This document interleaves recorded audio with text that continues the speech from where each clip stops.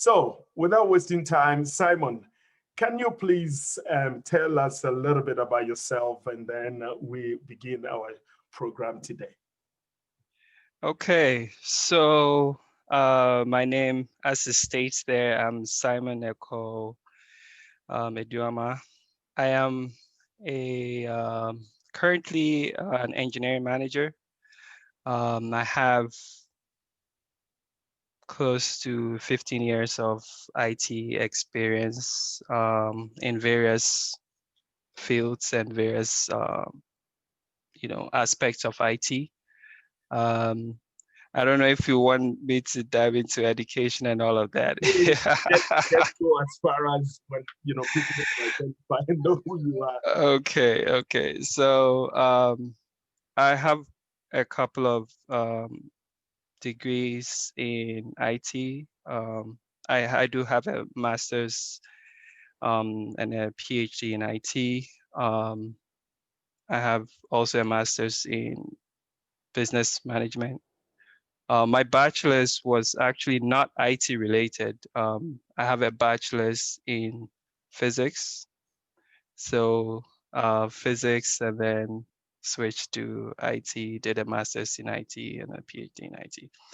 So yeah, I've worked in various sectors of the IT. I started actually my exposure to IT started off in starting my own small company back in Ghana. Um, and then that piqued my interest to learn more about IT and to branch into other aspects, which I'm sure we'll dive more into in terms of the questions. So that's the brief introduction about myself. Yeah, for those that are watching, this is Dr. IT, or my name is Samuel Boateng. I'm also, the CEO of Slamm Technologies. I've been in this field for so many years. Maybe someone were not born when I started the IT. Yeah. So, a lot of people were not born. Princess, a whole lot of people were not born. But today, we've, partner with, partner with my wife, and then we brought Slamm Technologies, and then, we believe in education, we believe in technology, we believe in cybersecurity. We believe that it will change the world and it will change everybody's lives. And then that is the reason why we continuously bringing you Ask the Mentor. Now, Simon has been in this field for many, many years. And, since you were in a physics background, tell us why, back in the days, technology wasn't that great. Tell us why, you changed your mind in coming into the IT field. So I've always been curious about computers and what you can use it to do. My first exposure to the computer was I believe I was in third grade, or class 3, as we say it in Ghana. And then basically it was one of my cousins that the parents bought him a brand new computer, and he called me over and said, hey, I have this new computer. And so playing with it and learning trying to explore what I could do with it showed me. Then the first thing I learned on it was PowerPoint, right? I learned PowerPoint within probably a few hours, self-taught myself. And I was intrigued at some of the things that you could even do with just PowerPoint, like make cards and all that kind of stuff at that young age. So I was like, there's something probably I want to do. But then, of course, at that time, purchasing a computer was not, one of the things that you could just come across. So I didn't really pursue it at that point. Still went to school, and my interest was always in sciences, and I physics then was an area that I felt like was broad. You could go into medical physics, you could go into so many parts of physics. So I did that. But the reason why I didn't do computer science in my bachelor's was because at that point, the knowledge I had gathered in terms of my computer knowledge, I felt like going to do computer science would be, it would not be the best use of my time. So I chose to rather do physics. And then, but I always had it at the back of my mind. So I was still doing a lot of stuff with computers, even as I did my project, and everything was kind of related more to the computer side of things. That's interesting. So you didn't start right off in, with the cybersecurity or anything like that. You just went straight into maybe fixing, getting computers, hardwares and Yes, softwares, and yes, that is very yes. interesting.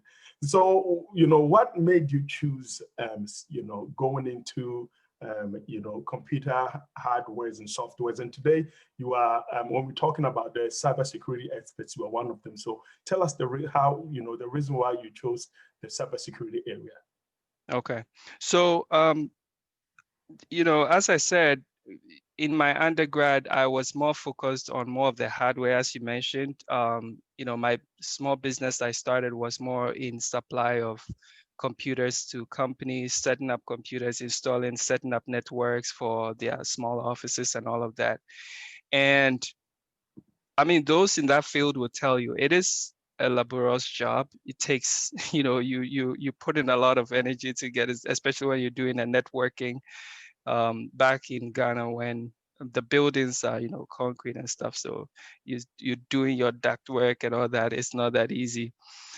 So after that exposure, I was thinking, well, which other parts of IT are available? You know, kind of going back to trying to work smart. So I read a little bit and got to know about, cybersecurity. And uh, the explanation was pretty simple. Like if you look at the job scope, I'm like, you can do this job and make such good money, without having to do all the laborious job of, the hardware and all that kind of stuff. So that's what attracted me to kind of switch, more to the, cybersecurity part of it. Another reason was because the career path was quite relatively easy, as long as you're willing to put in a bit of study. I felt like it was really easy to do. So that's what informed my decision to switch more into cybersecurity. That's interesting. Ladies and gentlemen, if you're watching this show, this is Ask a Mentor. From Slamm Technologies, Dr. IT is presenting this program to you. I have, Simon, who is, I'm talking to. One of our guests will be joining us in a few moments, and then we will be interviewing him as well. But, Simon is sharing a very exciting, interesting background of how he got into the computer field, and then today he's managing people. So tell us, what do you think, the future is for cybersecurity? Do you think there is any future in cybersecurity, or do you think we should learn something different? Oh, wow. Cybersecurity in the IT industry actually as a whole is the future. Like if you're talking about working smart, obviously other jobs are still going to be available. But if you talk about, I mean, I'm more of a science person, so I believe in efficiency, input as to your output. Mhm. If you're trying to look for a job that relatively, if you look at your inputs compared to your outputs, gives you a better efficiency, cybersecurity or IT is the way to go, because with just a little bit of push and effort, if you put in some discipline in study, the reward of that field is really great. You know, an example, if you consider this current, pandemic, time where Corona, where most jobs that require you to be physically present in a location, at some point now they kind of opened up a little bit, but at some point in time, people were advised not to go to work.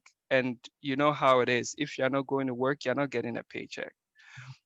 With the IT industry and with the ideal situation of being able to work remotely, you know, these times were the best time for people in the IT industry, especially the cybersecurity industry, because with more companies having to cater for remote working, it requires that their infrastructure also be protected. And that's the job of the cybersecurity expert. So you are protecting infrastructure of companies that are working. So with more companies working remote actually generated more jobs for people in the cybersecurity industry.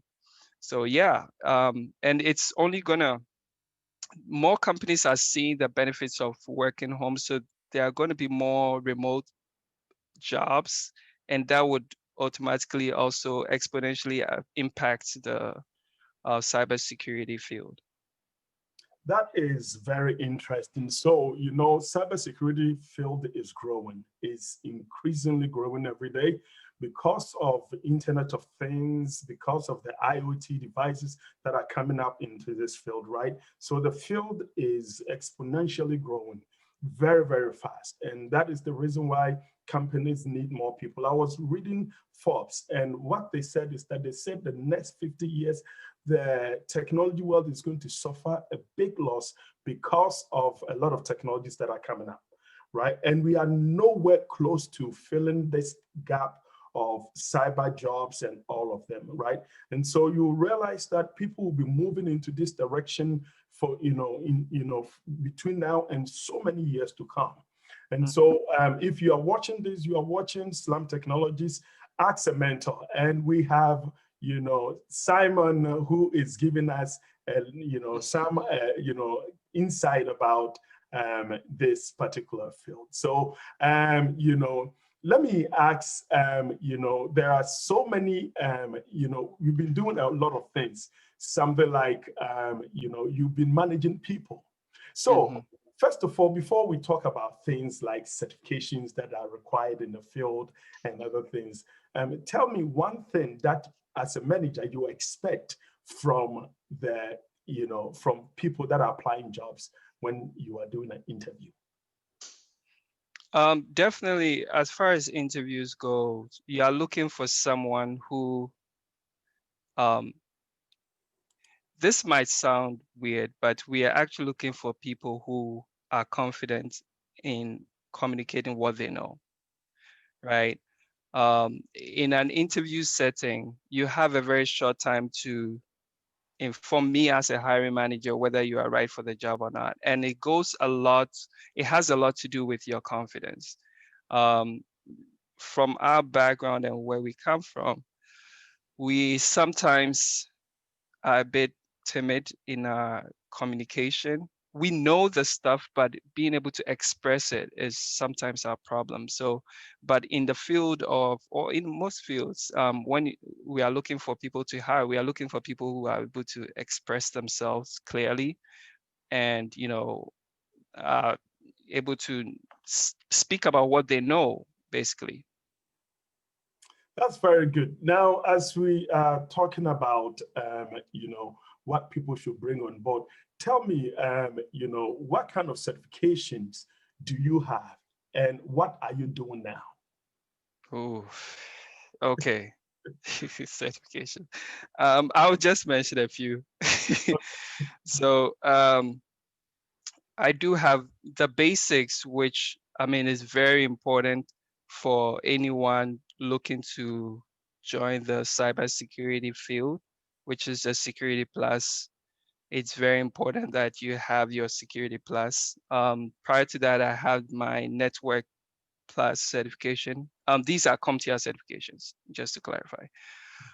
So I do have those. I have a Cisco certification as well, which is also related to networks.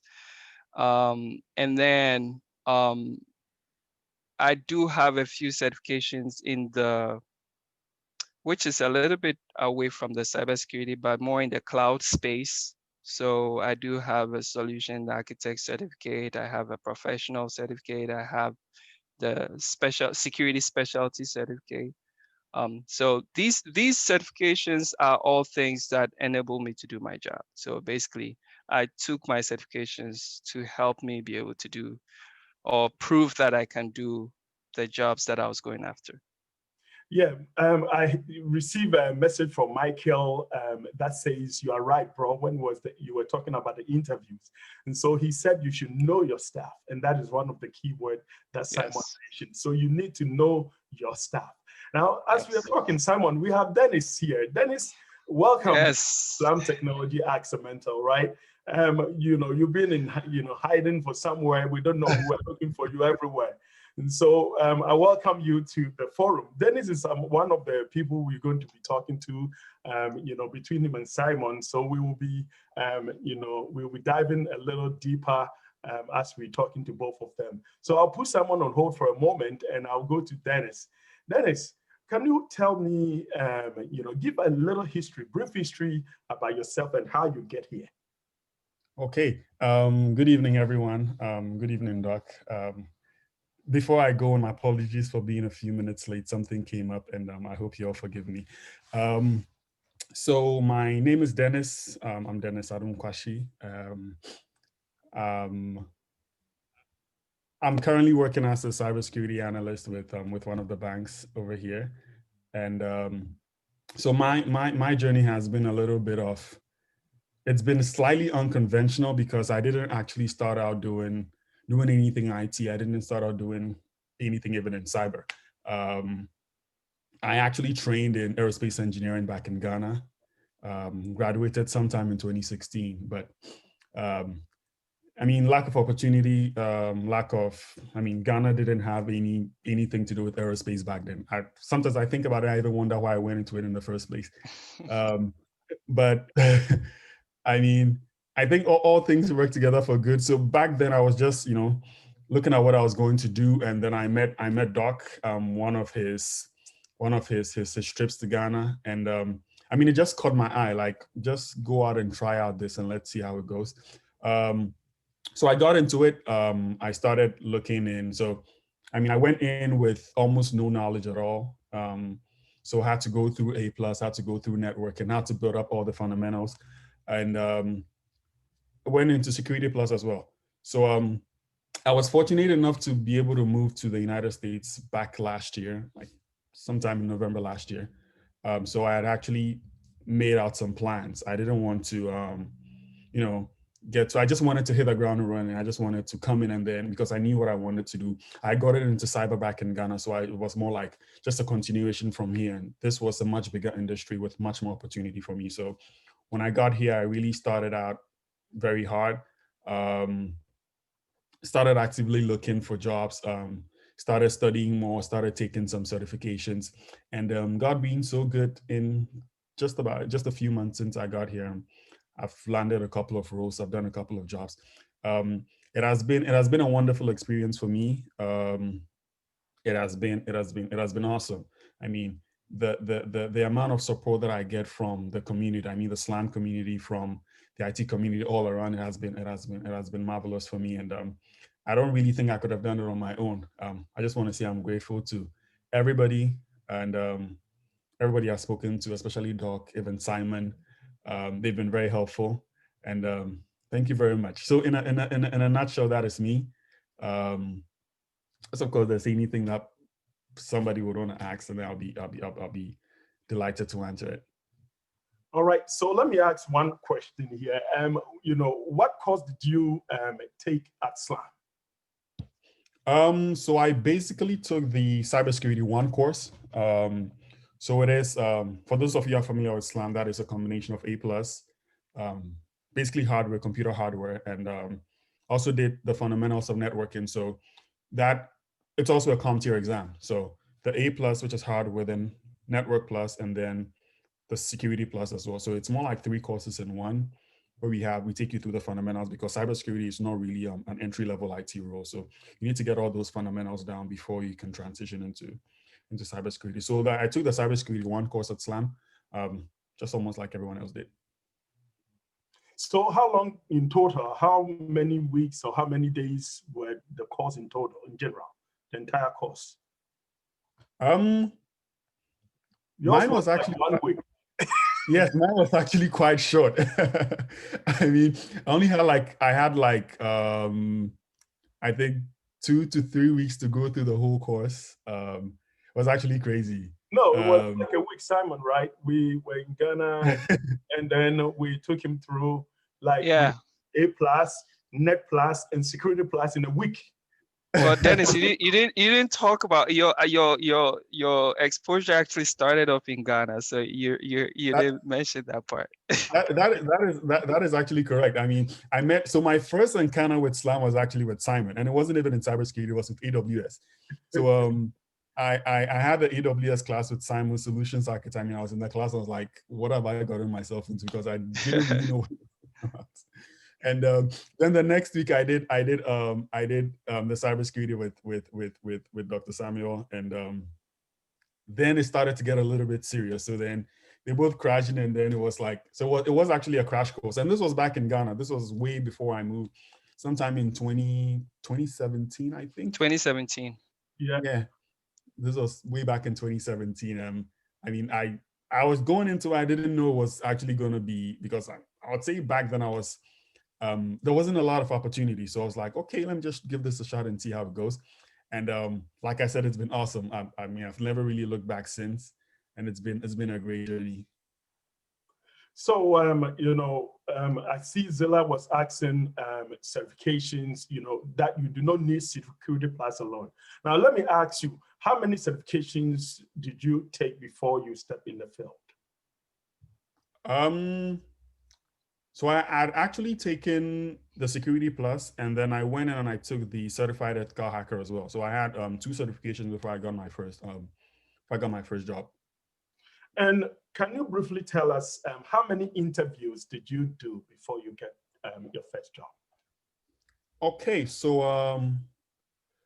my very first job, I had done about 3 or 4 interviews, I think. Yes, I had been to interviews with 4 different companies, before I landed my first one. So it was. I mean, I just wanted to do everything. I was really hoping that my first interview was going to be the one. So I really went and prepared for my first interview, and I don't think I did very well. I mean, looking back at it, I don't think I did very well, because I see the interviews to be some kind of a learning process. Right. So the more interviews you do, the more you learn, the kind of questions that they would ask you, and even it helps you know about things that you probably didn't know before. So it helps you prep yourself for the next one that is coming up. So if I go to an interview and I'm gonna ask the question, I don't know the answer, I just know the question down. After the interview, I go really prep myself on it. So one thing I told myself was, I'm not able to answer one question even satisfactorily in one interview. I make sure that I absolutely kill that question in the next interview. So I go and do my homework, study as much as I can about it. Doesn't some of the things I'd never heard before, even though I'd done the whole course. Some of the things that I was asked about I'd never heard before, but I went in and made sure that in the subsequent interviews I was able to answer them very, very well. All right. And so, Simon, the question came here. I want you to address that. Zilla said that does it mean that you have to have multiple certification, or Security Plus alone cannot earn you the job? Is that true? No, that's not accurate. You don't need to have multiple certifications to get a job. You see, in the job, there are different stages, right? There are different openings that you could go for, depending on which position you're applying for. The requirement might be that you need additional certifications, right? But if you're going for an entry-level job, for most positions, Security Plus would suffice. Now, that doesn't mean that they are assuming that you have some knowledge in networking, hardware and all those things. So even if you don't go for the certification for those, I would still recommend that you have some education on that. As Dennis said, he actually also took the A plus, he took the network plus. These help you. Those are part of the fundamentals in even for the job interview. You may go for a cybersecurity job, and they are asking you things like port numbers and stuff like that. They are sort of related, right? But you will learn more about ports, numbers, and stuff, or in, say, Network Plus. So it is good to have that knowledge, even if you don't take those certifications. It's good to prep yourself, gaining that knowledge. Very good. And so Michael also contributed to say that he took 3 classes, like, then he took a certification, and then, he did his interview and landed in a job, right? So when you take the class from Slamm Technologies like Cybersecurity 1, we prep you with the A+, Dennis mentioned that, the Network Plus, and then the Security Plus, and we give you a handful, full of tools to build yourself into them. So this alone definitely will open a door, but if that is not enough, you have to keep building yourself until the door opens for you. So certifications. Certified ethical hacking is very close to Security Plus, but when you have it, it changes the entire ball game, right? And you have to be able to talk as a security expert when you have your CEH. And that is, probably some things that could help when you are in this field, or when you are trying to step into, make a career change. So Dennis, tell me, how has Slamm helped you? I mean, in total. I think Slamm has given me everything. I honestly cannot think of anything that I would have started with if I hadn't come across Slamm. And this is not because I know them personally, and this is something that I'm being as honest as possible, because before I had heard of cybersecurity, but then I didn't really think it was for me. One, I thought it was something that was going to be so esoteric and abstract, because you hear of these things going on, but then you don't think it can be as personalized to you. But then Slamm made it very easy. Slamm made me see that it is actually possible. This is not something that only, say, smart people can do. Everybody can do it. So Slamm basically gave me all the tools that I have right now. I basically took it up from there. I kind of built on that, but then for all the fundamentals from the courses, and even after taking the class, Doc can see I get in touch with him if I have any problems.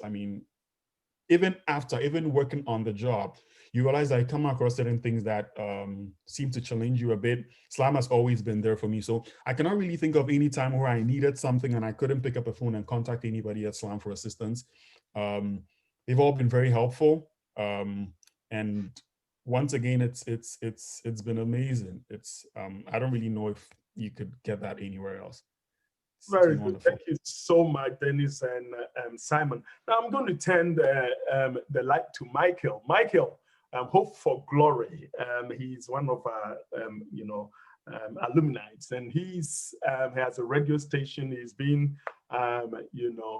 giving us a lot of shout outs everywhere, every time he's doing his program. And so, Michael, tell us a little bit about your field, and then tell us how Slamm has helped you. Just give something, about what you've learned. Thank you, Doc, for giving me the opportunity. As you can see, I'm still at work. I love it, about 20 minutes to go, which I love it. And I'll be going home for about 3 days. That's what I love about my job. Seriously, I really appreciate what I get from Slamm. Zila was asking me about the courses. I took 3 courses from Slamm: the A+, Network, and the Security. The advantages that I got from that was during my interview. Like when you go to the interview, some people come in with A+, others come in with only Network, others come in with Security. But when you have all the 3, then you get an advantage. When I started working, one advantage that I get, you can see, my office was a cubicle. Later on, I figured out that, I have all the 3, so they have to move somebody from the cubicle and give me a full office, which I love it. Besides, my former job, I was a boss in charge of public safety. I was the highest pay earner. But when I joined the IT, now I can say what I'm making here is twice compared to my old job. And then besides, I'm an advantage. So I wanted to get a 30-day off. Now, this is the only job that you can tell them, I want this, I want that. Now, I don't go to work on Saturdays, which I love. It is one thing that I really love about IT. And then when you are Slamm, you feel like you don't know anything. But when you get to the field, the confidence that doctor will put in you and everything, and you go there, you know that, oh man, I'm far, far better than a lot of people here. I didn't know that until I started working. And I said, wow, because there are certain things that I know a lot of people here don't know about that. So I feel like, oh, they ask you, when did you? I say, oh, this is where. So you can see, I always refer people to Slamm, a lot of people. And I really appreciate that. I would say the new guys, whoever is coming in, if you are now making a decision, you are not on the wrong path. I would say you are not on the wrong path. You are the right direction. Just and sometimes it's kind of hard to study and all that. But I think with me, doctor will put in pressure on us. All the 3 courses, we did it within, I can't believe that. And I always making excuses because my other job, I used to get off like 6 and the class will start at 6. I have to drive like crazy and get to the class. But I was doing it consistently, like from Monday to Thursday. And then within short time, I was able to finish all the 3. And then right away, I get a job. So I really appreciate that. I'll be here. If any questions concerning to this, when you ask me, I'll tell you more about that. I don't want to take much time. Thank you very much, Michael, and we appreciate the contribution. And so we will be opening the floor for questions. And so let me ask a few questions here. Simon, you know, I'm looking for Simon. He's missing in action. Okay, so what is the biggest threat in cybersecurity? What is the biggest cybersecurity threat in your industry? I know you manage big industry systems. So tell me, what's the biggest threat?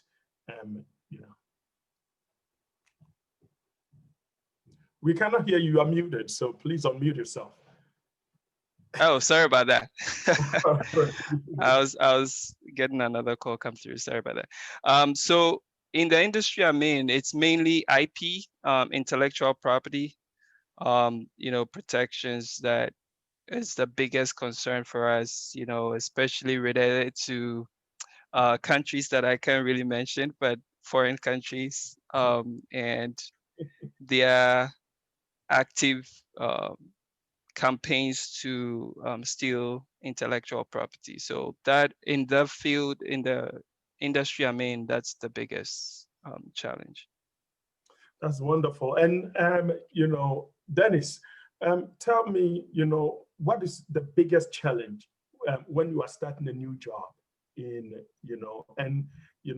starting a new job, what is the biggest challenge? So my biggest challenge was it kind of felt a little bit overwhelming. Some getting in the first time to go see all these people, and I'm actually glad Michael mentioned is that sometimes you go in and you see all these people who have probably been there for years before you, and then it's your first day, and you're wondering if you're just going to panic mode, you're just anxious. How would I be able to cope with all these guys who have so sometimes you feel that there's a lot of pressure. There's a lot of things that you have to learn. But one thing that really helped me was to know that nobody would just jump from where they are to from where they were to where they are now. So it was time, it was dedication. So what really helped me was that right from the word go, I knew that I didn't have to be lazy because there was a lot. One of my first places that I went right from the first day, I was kind of thinking that there would be somebody to, transition you because you're new. So there would be somebody to guide you through, and there was actually nobody. My first day was actually working from home, and my supervisor didn't call me till like around 4 p.m. and I started work at 9. So right from 9 to 4 p.m., you can just imagine what I was doing. You don't know what you're doing. You don't know any of the tools. You are just, yeah. So it kind of felt a little bit overwhelming, but then I told myself that I've decided to do this. I'm going to dedicate everything I can to do it. So it really helped that there were people that were willing to help, but then you should be able to reach out and communicate to them, because nobody's actually going to come to you and say, okay, let me help you with this. You should know what your challenges are and reach out to the appropriate people, because one thing that I'm grateful for in this industry is almost everybody I come across is willing to help. I mean, it doesn't matter if, even if it's time. I mean, I work certain shifts and then it's 1 a.m. and people stay after 1 a.m. to help you work through certain cases, and it's amazing. But then um, getting all this influx of information, not knowing what to do with it, can be a little bit of a challenge. I mean, it certainly was a challenge for me, but then I got through it by knowing who to contact whenever I run into an issue, and also doing a lot on my own, because like I said, there's nobody who is going to spoon feed you, or nobody's going to hold your hand and drag you to what exactly you have to do. So you have to develop that learning attitude, and you have to do it quickly, because they're not going to babysit you. So you should be willing to get up, hit the ground running, and start figuring things out on you, and you really have to be quick about it. Yeah. Excellent. So, this questions, goes to both of you. Can you advise people, those that are frustrated looking for jobs, what, just give them any advice? What do you think will help them? I mean, just, tell them something, that you feel like they should do that will help them expedite their job search process, because it could be frustrating, right? When you are doing a lot of interviews and the job is not coming. I mean, I want you to just share something with them, just both of you say something, Yes. Simon, you first. Oh, I was gonna actually say Dennis should go first because he Oh, has a yeah. lot of And, experience. and And Michael, I would default my before, mind to Michael. before you start, right? Before you start, Michael's radio station is Hope for Life, not Hope for Glory, right? I always call it Hope for Glory, Hope for Glory. So he's Hope for Life, right? And you can tell I always get the glory and the life confused. So he's Hope for Life. All right, so Simon, keep on going. Michael, you can take my spot on that, since I mean I'm sure Yeah. relatively you have been relatively in that position. Right. Thank you so much, Soma. Doctor, you always get it wrong. Hope for glory. and, and I learned something from you. You always said, I'm not going to take 50. You do remember that in our class? You always said that. I know. Anyway, this has been a fun. And I said no. Yeah, no 50. Well, I'll tell you guys, Doctor, like you said, I don't know. I hope no Akata on this platform. These guys, they are good in talking, but where we come from, we're kind of timid. I think Simon said that already. So we always feel shy. I mean, I don't know how to say it, but the confidence is kind of low. Especially, I remember my supervisor is actually in North Carolina. I remember when I was going for interview, and one time I was assigned to go to North Carolina to do some work. Before that, what happened was like here, my workplace, we go to doctors' offices and you'll be surprised doctors watching pornographic and other stuff on their computers. So in a cyber area, you have to send somebody, the network guys, or tell somebody to go there and get that PC so we can remove stuff on that. And then just imagine you being from Ghana, look at the background, going to tell somebody with a PhD and then all the credentials that I need to take your computer to my office. We need to investigate that. And you go in there with this red band saying caution and all that. So, whoa, you can imagine what I'm talking about. Like my first time, it was hard for me. How do I go to this doctor to tell him that I need your PC to do something on that? It was kind of bad. Later on, I realized doctor taught us something in the class that you need to be confident. These people, especially the Black Americans, you can tell most of them, they are not that much good than us. But just that we don't have the confidence and we don't know how to talk. Even the accent is something else too. So you feel like I'm a Ghanaian from Africa. How am I going to do all this? But I think when you get that confidence, you just talk with command because you know what you're doing. It's your job. That's what you're going to do. So you need to get out the confidence and tell them, this is what I do. Just like I said, sometimes I go to some offices and I just told them, maybe sir, one of the doctors told me, this computer is not working, not knowing that the plug itself is not connected to the AC. So how do you expect the computer to work? And he was sending emails all to these people. So when I went to the office, I looked at all the people and I told them what I'm going to do is serious. very serious. I need everybody out before I can do that. Can you imagine? But it was just a power cable that I need to put it in. I learned that from doctor. Just a power cable, but I asked them to leave because I didn't want them to see what I was going to do. So I just have to act like what I'm going to do is serious. I told them to leave, go out, so I can take care of that. As soon as they went out, I sit on the computer just like I'm doing here, killing the time. Then I put it back, turn the system on, and he asked me, "What did you do?" I said, "That was a serious thing. You don't have to do that again." See, I feel like what you were doing is something, and you need to see the emails he sent to my supervisor, but it wasn't anything major. So what I want to say is that you need to get a confidence, and then when whatever you're learning from Slamm, that's the truth. I mean, it's what you're getting. You can do it. Let's get that confidence. You can do it. If somebody can do it, why can't I do it? There you It's go. the same thing. Yeah. So I think it's just a confidence we need to learn, and then just be. It's just the perseverance. You just make up your mind that I'm going to do it. And we always, I mean, coming out with, oh, I don't have time. I can't do this. I have this. With me, I'm so busy. But from the IT scene, right now as I'm here, I can sit here and control the radio station where I am here, just all because of the IT. I just bring my laptop home. I don't need to go there. People will be doing their programs and I'll be sitting somewhere controlling the system. So apart from that, it is good. Besides, just like Doctor said some time ago, now due to the COVID, you can see all the, I mean, Home Depot, Walmart, and all these people, they are going to automate it. So all these cashiers are fading up gradual. So if you don't have IT background, or you don't know anything about IT, what are you going to do? So it's not like something that you need to decide. You just need to join it. That's all that I can say. Thank you, Doc. Thank you And very someone, much. thank you too. Yes. Dennis, go ahead. Okay. Yeah. So I'm actually happy that Michael mentioned the confidence issue because I think that is something that I have actually noticed with people that kind of get frustrated.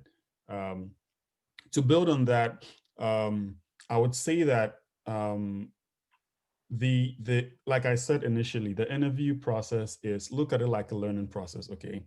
Um, now there are you won't kill every interview. Okay. Um, there are some interviews that are difficult. I mean, there are some interviews I've been in interviews and I basically couldn't answer a single question. And I don't know, after that, I felt so bad because I mean, this was me thinking, oh, I've got this stuff down. And then I went in and it was totally horrible, right? Look at every interview like, look at every interview as a learning process, okay? Build off on interviews, okay? So like I said initially, whenever you go to an interview, the first thing you need to do is make sure you note every question that you're asked down, okay? Make sure you note every question down. And after the interview, make sure you go and read in-depthly on it, okay? Make sure you go and really study the material. Don't just read it at face value, okay? Because one thing I've noticed, especially during interviews, is they one of the ways that an interviewer would assess how much knowledge you know about a subject is how fluent you can talk about it, okay? And the more knowledge you know about something, the more you're able to talk about it, okay? So gather as much information as possible about everything, okay? If they ask you a question, I'm not saying rumble, but then if they ask you a question, make sure you give as much relevant information about it as possible, okay? Then you realize that they tend to get impressed by what you're saying because if you don't know about something, you're unable to talk about it, okay? So just make sure you have that knowledge base down and it really helps you boost your confidence because if you don't know what to say, then you start to stutter, then you start to get fearful. But then if you're confident in what you've done, it becomes easy to actually be vocal about it. And also, it is now there's a lot of information out there, okay? There is so many things that you have to know. And you won't, like I said, I look at people who have been there for years and I think, how am I going to get here, right? Because that is where I want to be. I don't think I know even a fraction of what they know, right? But then it is step by step, it is little by little, okay? Give yourself time, and this is practical, okay? Give yourself time every single day. Give yourself 30 minutes, give yourself 1 hour. Tell yourself that this 1 hour, this is exactly what I'm going to do. I'm going to learn something today, okay? I'm going to do something related to cybersecurity. I'm going to do it today, right? And then give it that 30 minutes, give it that 1 hour and do that, spend that whole 1 hour doing it. You may not be able to figure it out in that 1 hour, that's okay. You come in the next day and then you know what you shouldn't do. So then you're actively looking for the right way to do it. And even by doing the wrong things, that's something I realized, even by doing some of the wrong things, it helps boost your knowledge because now you know what not to do. And then it gives you some knowledge about other things as well, aside what actually we're trying to learn. Okay. So try and devote some amount of time every day to do it. It's not enough to say you're doing it once every week. Trust me, it is not enough. Okay. And it's definitely not enough to say I'm doing it once a month, or you're doing it only when you get an interview. Okay. If you're actively searching for jobs, the interview process should be something that you devote time to every single day. Okay. Even if it's 2 hours a day, I would even advise that. Okay. Because it's something that you set your mind at and you want to put in as much effort as possible. Okay. Because I know that sometimes it gets frustrating that you go in and you think you've done about 10 interviews and nobody's getting back to you. Just take a step back and see, what exactly are you not doing correctly? Okay. If you were an interviewer and somebody was to answer the questions the way you answered it, would you be satisfied with the way the person answered it? Okay, so try and process these things and make sure that you answer the question satisfactorily. Okay, so get as many, and try and reach out to people who have also done interviews. Okay, if you've done interviews and somebody else has done an interview, try and reach out to the person and ask, okay, what kind of questions were you asked in an interview? Okay, so that at least you have a wide range of questions, and you're able to prep yourself on a variety of issues. Okay, so that there will still be questions that would hit you off balance, questions that you won't be able to answer to the best of your knowledge. But you realize that gradually that bank of questions becomes smaller because you are increasing your knowledge, you are increasing your skills, and then it even makes you more confident when you are going in for those interviews. So so yeah, that's just yeah, I have to cut you short. I think you gave a very good, insightful thing because of time, so that I can open the floor for people to ask questions. But then there's another question I want to ask you. When you started talking, you mentioned that you came to the country last year, November, right? Am I right? And someone would say, what kind of status? Were you American born? Or, maybe Simon is American born or something like that. So can you tell us what status did you use to, to get to this position? So I'm as Ghanaian as Ghanaian gets. I came in with I came in with the American visa lottery. So I'm not American. I am certainly not an American citizen. I'm still Ghanaian. I've only had my green card for a few months.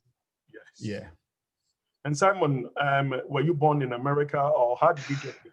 Did you start working when you were a citizen? No, I'm actually, you can tell. Yeah, give us a little bit Okay. how you get in here, and how the status that you were on when you started working as a manager for your company.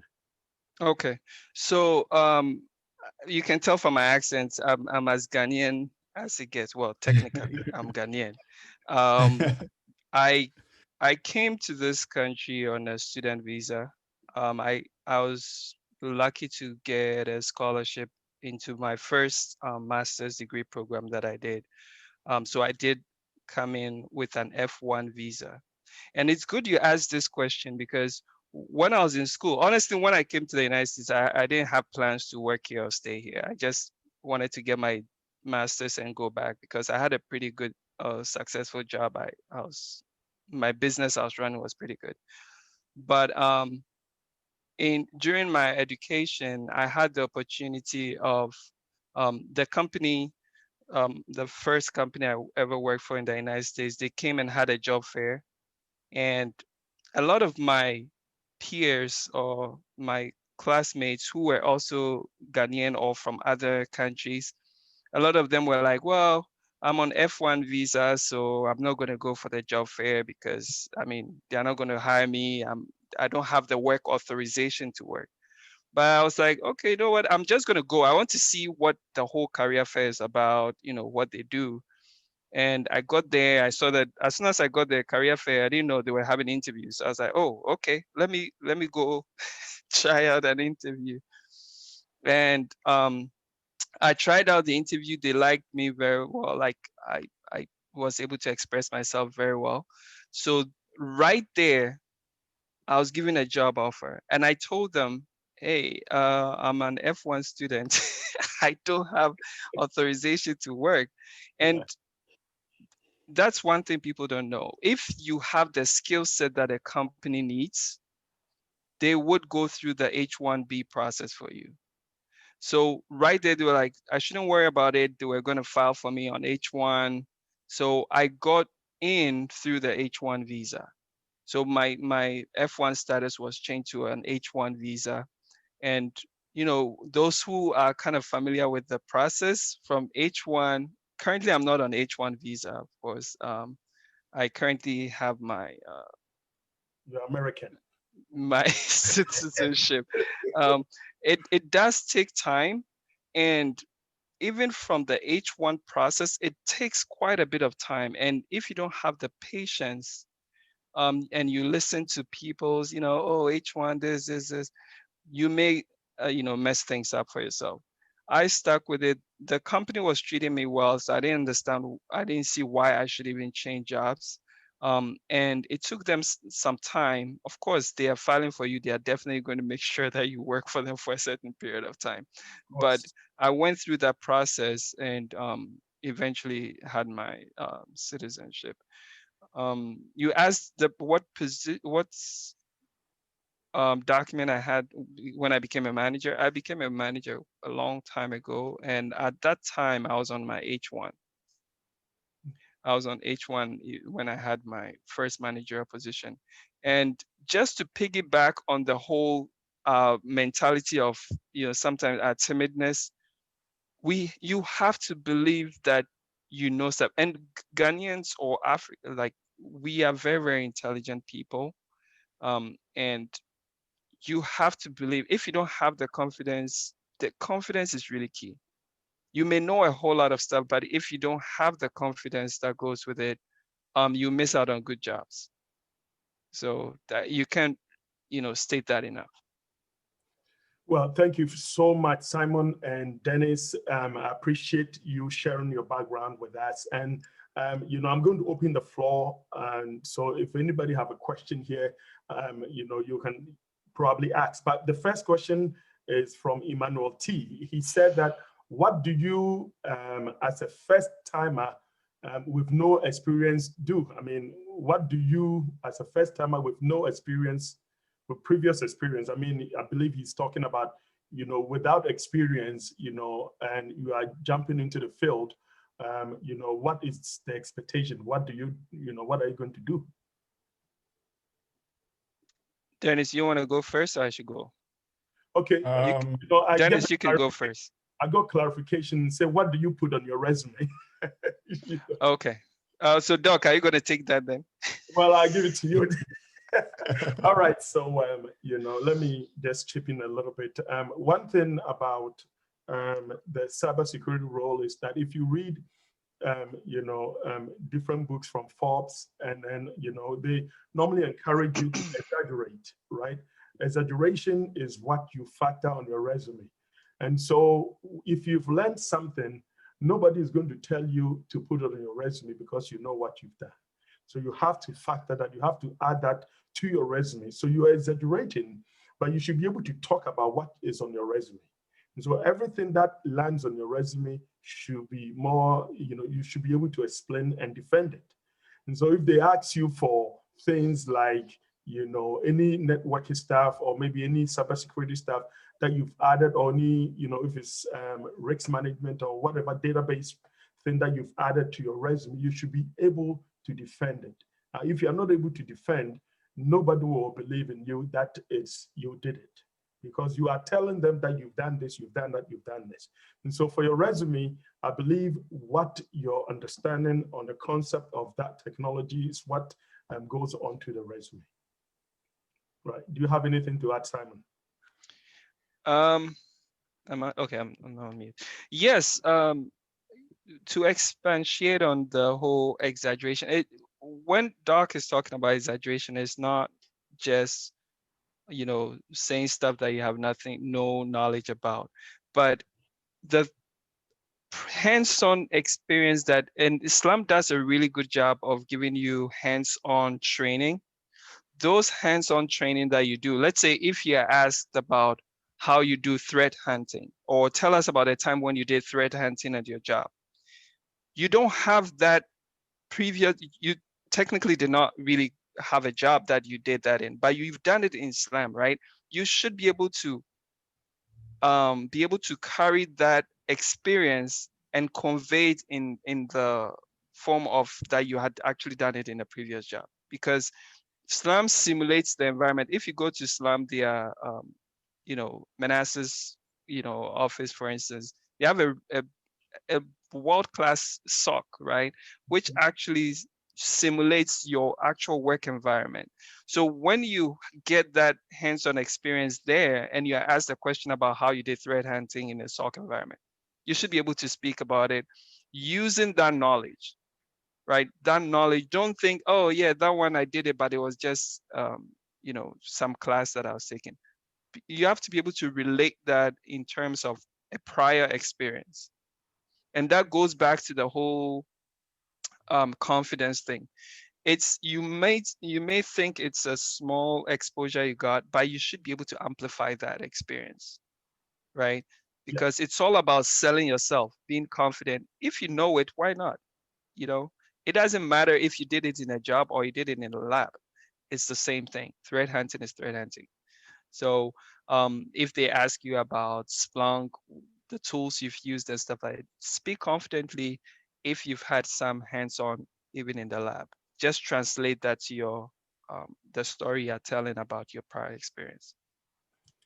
Very good. And Dennis, a question came to you for you.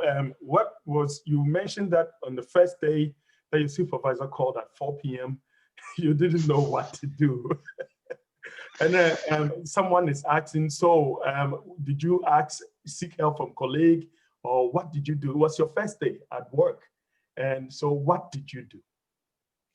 Okay, so you remember I said that there were people were very, very helpful. So I mean, actually from the 9 a.m. to the 4 p.m. that I was sitting there, I didn't know what I was doing. I was just clicking. I mean, just figuring things out for myself. I wasn't really doing any active work, but then just knowing where everything was. I mean, we have a whole plethora of tools. So knowing how to access certain tools, all the accounts had been created. I mean, basically everything had been done for me, but then how to actually go in and then use them. So just figuring my way around, trying to click certain stuff, not really touching anything so I'll mess it up or anything, but then just playing my way around it, figuring things out.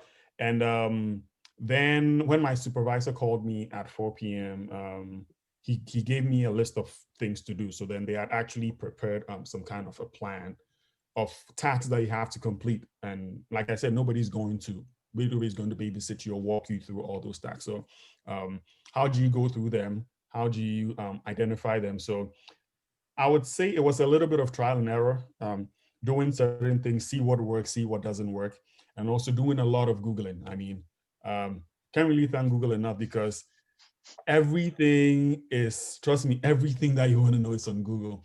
Everything that you want to know is on Google. So you just need to know how to really search for what exactly you're looking for. And so that also helped a lot. And also reaching out to people, but then you don't want to put out this vibe that you don't know anything about what is going on. So I'll try and read a little bit about something that I'm working on just to be able to explain it to somebody. Okay, so I'm doing this and I got stuck at this point. You don't want to go in and say, I don't know what I'm doing. Okay, you'd want to at least give them an impression that you may not know you may not have the whole picture, but then you've been able to figure out about 30 or 45% of it. So somebody can actually pivot off that and then assist you in completing whatever else that you have to do. Okay, so I would say Google really helped me a lot, and then also I was able to contact other people because it's basically a SOC environment. So there are other members on the team that are working. You can see those who are online. So get in touch with someone if you're working on a case and then you don't know what is actually going on with a particular case. You can actually ask someone who has worked on it before, but then to even know who has worked on it before, you should know how to even go in and then find stuff like that, So that is where Google really comes in handy. So On your own, you should be willing someone to. asks if you didn't get any orientation, which is kind of a little, so did you get any training on, on the same day, on the day you started work? Absolutely not, Doc. So it was crazy. There was a 6-week training where you're not actually supposed to be working, but then in those 6 weeks, that's like your training, right? But like I said, nobody calls you to tell you anything. They give you tasks to complete, and in those 6 weeks, you're supposed to do it and then give your manager or give your supervisor feedback that you've actually done it. So there wasn't really any orientation. You have to figure things out on your own as you go. Some technologies normally will provide these things for you in case you get to a certain company like Dennis, where he didn't have a first-hand training. So we have our SOC. The SOC gives you just the ability to get training. So when you're in a field, like Michael initially said, right? When you're in a field, you realize that everything that you've done is becoming handy for you. And so Slamm is offering $100 off if you register with us before 30th, right? Or by 30th. We register with AWS, with certified architect solution. We have a cybersecurity one. If you haven't taken a class, you can get $100 off. We have a cybersecurity, which is virtual. We have RMF, Linux engineering, and then technology 101. With all, we take $100 off of these things. Plus, we have our SOC.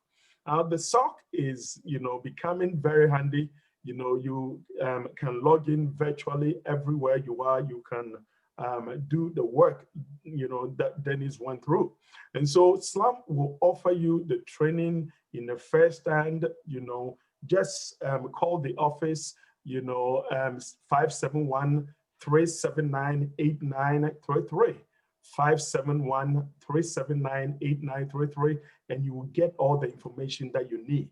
And so, sorry to cut you off, Dennis, but I just wanted to chip in. Dennis was coming to the SOC, and all of a sudden he became big guy. So he didn't come there again because he has learned a lot of foundations in the SOC. So tell us a little bit of your experience. He was using one of the tools we call Kibana, which is relating to the SOC SIM. And he didn't show up again. Tell me what happened. I was actually supposed to work on Kibana and some other tools of the SOC with one of the other guys at Slamm. The reason the reason, Doc, I didn't really show up has got nothing to do with the fact that I'm sorry, Doc. I said you didn't show up again. I don't know what happened. It had nothing to do. I mean, I really, even after all that I learned with Kibana, I mean, where I work happened to use Kibana, so it was a very good experience for me. Even after all I learned with Kibana, actually, because you kind of get limited with what you do at work, But then coming to work in the SOC, you have a wide range of things, so it helps you actually expand your knowledge on that particular tool. So that is one good thing. And it gives you exposure to a lot more tools. Okay, so a lot more tools that you can actually learn from the SOC training. These are things that are very relatable to things that you do in the field. So you can actually go ahead and put them on your resume to have more knowledge about them, be able to actually speak about them as well. The reason I didn't come again wasn't because I knew. I mean, it was just because I had to drive a very long distance to get to Slamm every day, and it wasn't just. Then it's not vanished just like that. But we appreciate everybody for coming. We love your input. Now, for more information, contact us at 571-379-8933. Also, you can visit us on our website, www.slammllc.com. And the same time next week, I want you to join me here, Ask a Mentor. We're bringing you something different. We're bringing you something more important, of something that is more vital to your job search and to even your job roles. And whatever you need, you can even contact the office and talk to the administration, and we will give you everything. But besides, if you have any question, please, let me know before we end the program. One more question, and then Simon will answer that question. Simon, the question that came for you is that how many months did it take to be confident with your assignments at work? Well, I think it's for Dennis. Yeah, that would be Dennis. So it wouldn't. I don't really think being confident is a point where you reach and say, okay, now I am confident. You know, it is something that builds gradually. So you do something today, you get confident in that. Tomorrow you meet something, you get confident in that. So I wouldn't really assign a time frame to it. You build the confidence gradually as you go. So it's built day by day. So I wouldn't really say it took me 3 months or it took me 1 month or something. As the time goes on, you gradually get confident, and then you become good at what you do. Provided you put in the time and then you put in the effort to actually learning, it's gonna go great. So, final question: will cybersecurity alone land you a job? We're talking about cybersecurity one. Will that alone land you a job? Simon. Okay, Simon, please go ahead. It can land you a job. Dennis did land a job after doing cybersecurity one. So, but it's a very broad thing. You have to look at it. And I wanted to kind of piggyback on what Dennis was saying. Even the job search is a learning process, right? You in the cybersecurity field, most of the time, unless you get to the point of maybe management or something like that, most of the jobs are contract based, and you may move from one contract to another. And every single contract you get onto, you learn something else, right? So it's a process. So yes, you can get a job using cybersecurity one, but the more knowledge you have, the better your chances. So maybe after taking one, you would want to think about taking two, right? It only builds your and confidence. We've been talking about confidence for a long time. Mm-hmm. One key component of confidence is knowledge. If you don't have knowledge, your confidence is very limited. And so in our environment or in our society, when we keep saying, oh, our people are not confident, we are not confident, most of the time is because we are not equipping ourselves with the right knowledge to be able to, if you're, for instance, you are going for an interview. I have a general rule of I have to kill my interview no matter what. So if I'm telling myself I have to kill my interview no matter what, I spend days. I don't wait like the day of my interview and take a book and start reading. Oh, what is this? What is this? What is this? No. For every interview, I spend at least, Doc, you've seen me prepare for an interview before. Oh, yes. I spend days Mm-hmm. going over multiple questions. I put the question, I read the question to myself, I answer it. I answer it over and over again. I make sure that I am very familiar with the material. Because if you're not familiar with the material, you're going to fumble, and then you would see that you don't really have the confidence. So that is very important. Like, so yes, you have your cybersecurity one, but you have to prepare, gather the knowledge, make sure you're familiar with the material so that you can kill your interview. If you have the information, they twist the question this way, you would be able to answer it. They twist, if not, you are very limited by scope. They twist the question a little bit and you say, oh, Doc, the questions you gave me that they may ask me, I went and they didn't ask me. That's because you only took the questions, but you didn't read and make sure that you are a master of the information. Thank you so much, Michael and Dennis. And, a little bit here is that, with cybersecurity one, regardless of whatever it is, could land you the job, the dream job that you are looking for. And for so many years that we've been training people, we've been helping people, a lot of people land, into the dream job with that cybersecurity, with that cybersecurity one program. Now, if you study and dedicate more time into it, you will always make it, right? A lot of times you do not have to be afraid of money. You do not have to think about the money, because if you invest 10,000 for yourself, it's nothing, right? A lot of people put in 1,000, they are waiting for return in millions, right? It could happen that way, but it's not everybody that it will happen for them. In that case, put extra money into yourself, invest money, invest 10,000. If you give me $10,000, you're not giving to me. You see the big building, you see, other instructors, you see myself, we have to pay, all of us, right? We have to pay the building. So there's so much that you have to factor in here, right? And so it's because of you that we are giving ourselves time, studying and building ourselves so that you can also make a better living and a better life. We are here to support everybody. We are here to be, where you can, tap into, the career change, where you want to be. And so make note of that.